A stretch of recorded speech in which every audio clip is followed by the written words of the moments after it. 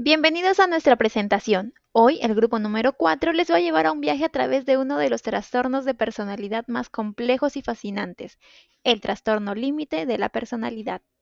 El equipo está conformado por Janet Algarima, Miriam Arredondo, Azucena Yanco y quien les habla, Lisbeth Oscanoa. Como pueden observar, este es el índice de nuestro trabajo. Así que, sin más preámbulos, vamos a sumergirnos en el mundo del trastorno límite de la personalidad. Prepárense para descubrir por qué este trastorno es mucho más que un solo diagnóstico, es un desafío emocional, mental y para muchos una historia de resiliencia.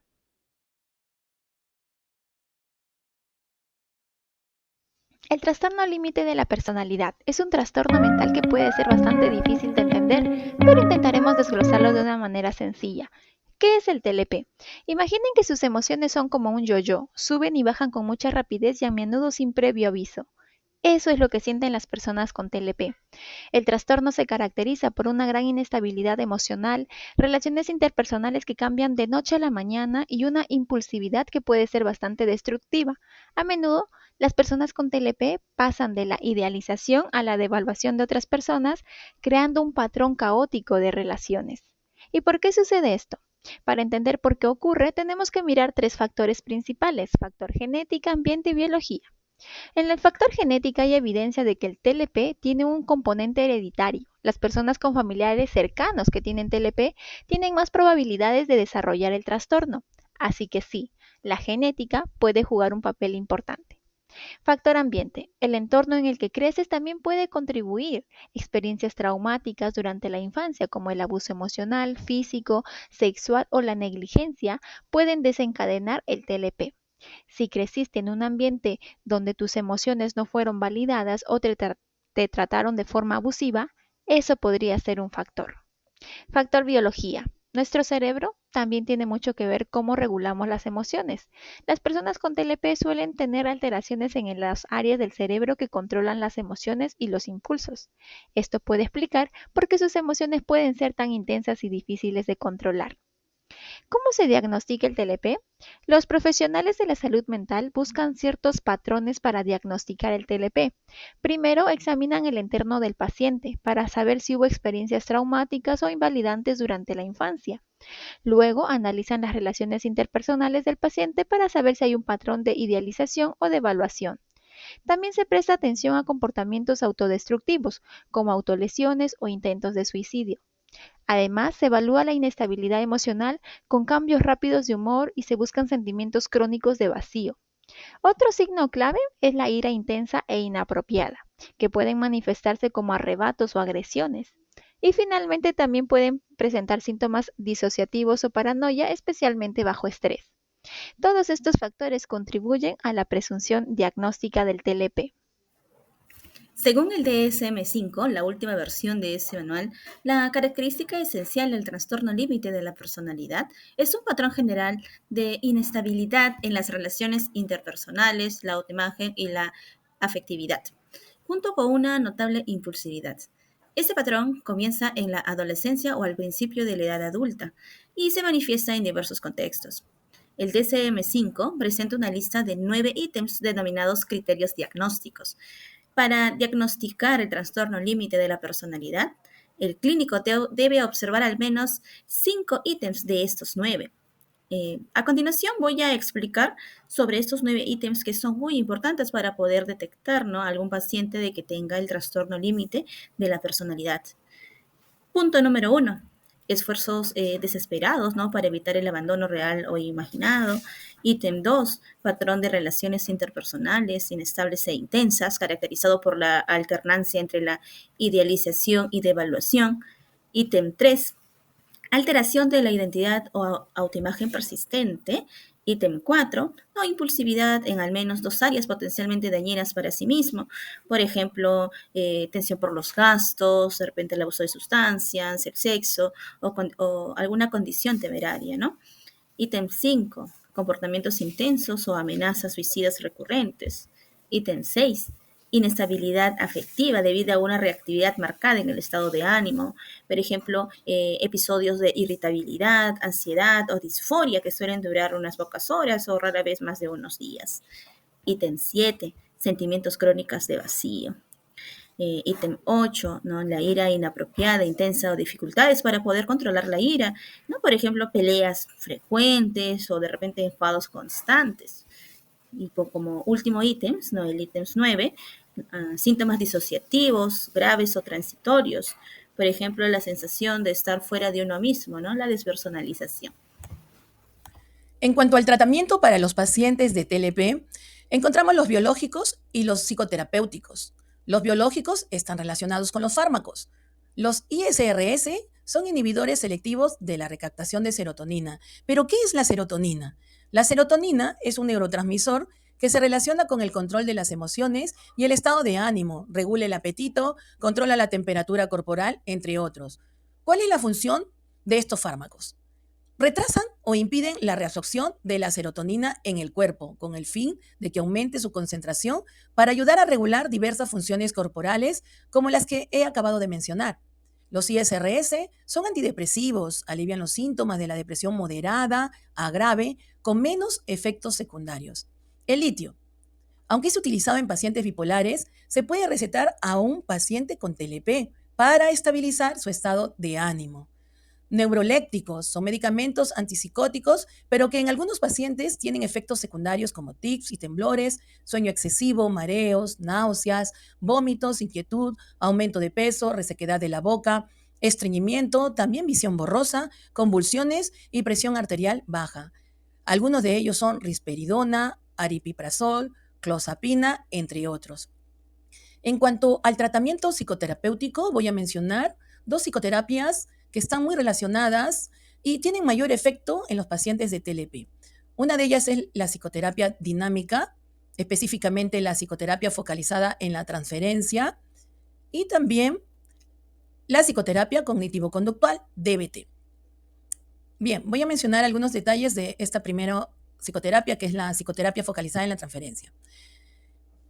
Primero, es importante entender que las transferencias están vinculadas a la relación que se establece principalmente con los padres o personas responsables de la crianza. Estas relaciones son emocionalmente relevantes, ya que dejan marcas en el inconsciente que se podrían manifestar en transferencias futuras. Durante las sesiones se presentan las transferencias, es decir, el paciente proyectará en el psicoterapeuta contenidos de su inconsciente y revivirá vínculos afectivos del pasado, ya sea amor, odio, etc. Para atender a un paciente con TLP, el psicoterapeuta debe considerar lo siguiente. Primero, un marco estable con definición de los límites del encuadre técnico. Trabajo cara a cara, no transgredir los límites de la relación psicoterapéutica, teniendo en cuenta los cambios emocionales del paciente y su gran sensibilidad. Evitar la idealización y la devaluación de la transferencia. Análisis de la transferencia considerando la fantasía del paciente. Considerar también la contratransferencia como una herramienta muy útil. Otras consideraciones importantes que debe tener el psicoterapeuta es la actividad del terapeuta centrada sobre problemas de juicio de realidad, mecanismos proyectivos y distorsiones del tratamiento, tolerancia a la transferencia negativa, intervenciones del terapeuta que establezcan puentes entre sentimientos y acciones, elaboración de comportamientos autodestructivos mediante confrontación y clarificación. Las conductas inconscientes deben ser bloqueadas a través del establecimiento de límites sobre acciones potencialmente peligrosas para el paciente.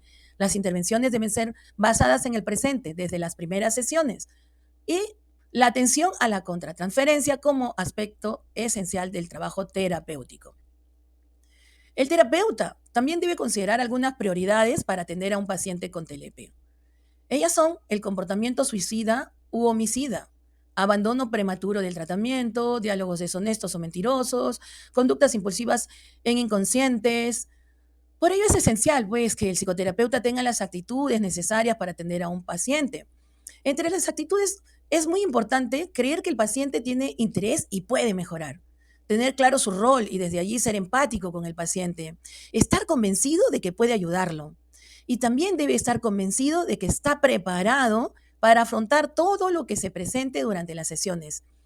Además, es muy importante que el psicoterapeuta esté dispuesto a recibir asesoría. En cuanto a la psicoterapia cognitivo-conductual, DBT, en español significa terapia dialéctica conductual. Es una terapia intensiva y estructurada para el manejo de emociones fuertes. Estas terapias son de duración corta. Atiende la desregulación emocional, percepción del mundo como lugar peligroso e invasivo y cogniciones autodestructivas. Ante ello busca que el paciente de TLP module sus afectos, mantenga un buen estado de ánimo, controle sus conductas para superar el afecto de abandono, insuficiencia, desconfianza e incompetencia. En este estilo de terapia se combinan sesiones individuales y grupales para mantener o desarrollar algunas habilidades como por ejemplo la regulación de emociones, muy importante para los pacientes de TLP. En cuanto a la prevención, básicamente podemos decir que el apoyo emocional y el amor con el que se educan a los hijos cuando son niños, como el seguimiento que se hace cuando son adolescentes, estableciendo límites y buena comunicación, son trascendentales para prevenir el TLP. Cuando presentan el diagnóstico, la realización de una intervención precoz estaría justificada tanto en adolescentes que presentan el diagnóstico de TLP como en aquellos que presentan una manifestación inicial del trastorno o han recibido otros diagnósticos de trastornos como precedentes. Esta intervención precoz implicaría ir más allá del tratamiento de los síntomas que presenta el paciente, con la finalidad de evitar el desarrollo de formas más complejas del TLP adulto, con déficits psicosociales asociados, resultado de la evolución del trastorno a lo largo de la vida. Fortalecer el autocontrol, el TLP, es muy complejo, pero entre sus principales rasgos están la extrema inestabilidad emocional y la impulsividad. Por ello, la educación emocional continuada en colegios e instituciones de nivel superior podrían evitar el desarrollo de muchos casos de TLP, así como de otros trastornos de la personalidad, otros trastornos mentales y adicciones. Hoy voy a hablar sobre el caso de Leticia Camarillo Gutiérrez, una mujer de 18 años que fue derivada a nuestro servicio especializado para víctimas de violencia de género. Su historia es un claro ejemplo de los efectos devastadores del maltrato físico y emocional y cómo esto puede impactar significativamente en su salud mental y en su vida personal.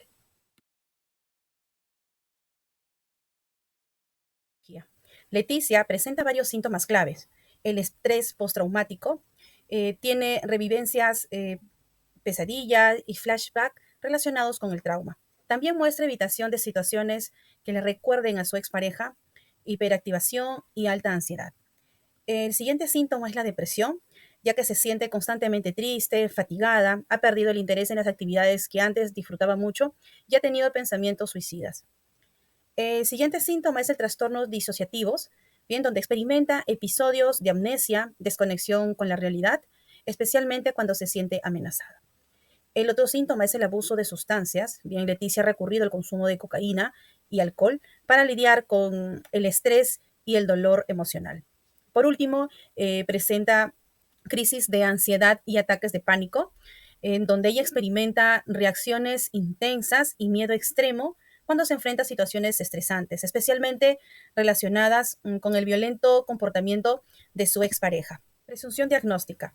La combinación de estos síntomas nos lleva a presuponer varios diagnósticos, como es el trastorno de estrés postraumático, el trastorno depresivo mayor, el trastorno límite de la personalidad, el abuso de sustancias y el trastorno de ansiedad. Criterios diagnósticos.